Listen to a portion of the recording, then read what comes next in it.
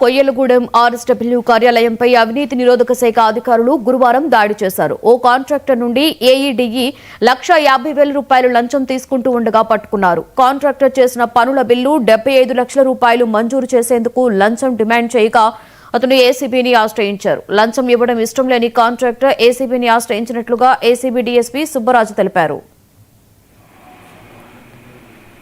ఇప్పుడు కొయ్యలగూడెం సరౌండింగ్స్ లో కాంట్రాక్ట్ పనులు చేస్తున్న నల్లబోతు కోటేశ్వరరావు అని ఆయన ఇక్కడ ఆర్డబ్ల్యూఎస్ సంబంధించి పైప్ లైన్ వర్క్స్, అదేవిధంగా ఓవర్ హెడ్ ట్యాంక్స్ వర్క్స్ అనేది ఆయన కాంట్రాక్టర్గా పనిచేస్తున్నారు. దానికి సంబంధించి ఇక్కడ బిల్స్ ఇనిషియేట్ చేసి ఇక్కడ ఏఈ గారు, ఆర్డబ్ల్యూఎస్ ఏఈ గారు, అదేవిధంగా ఆర్డబ్ల్యూఎస్ డిఈ గారు దీన్ని ప్రాసెస్ చేసి ఏలూరు డి ఎగ్జిక్యూటివ్ ఇంజనీర్ ఆఫీస్కి దానికి పేమెంట్స్ నిమిత్తం పంపాల్సి ఉంటుంది. దాని సందర్భంగా సుమారు రీసెంట్ టైమ్స్లో వీళ్ళు పనిచేసిన సుమారు 75 లక్షలు ఈ వర్క్ సంబంధించి బిల్స్ అనేది చాలా కాలంగా పెండింగ్ ఉన్నాయి.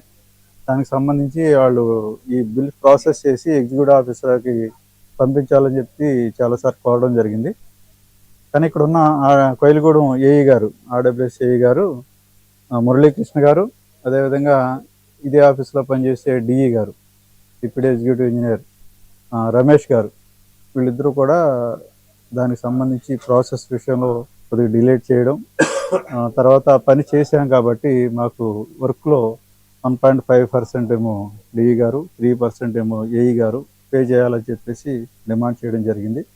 ఈ లాంగ్ పెండింగ్ ఉండడం వల్ల ఏం చేయాలో తెలియని పరిస్థితిలో ఏఈ గారికి ₹1,00,000 పార్ట్ పేమెంట్గా, ఏఈ గారు ₹1,00,000, డిఈ గారికి ₹50,000 ఇవ్వడానికి ఆయన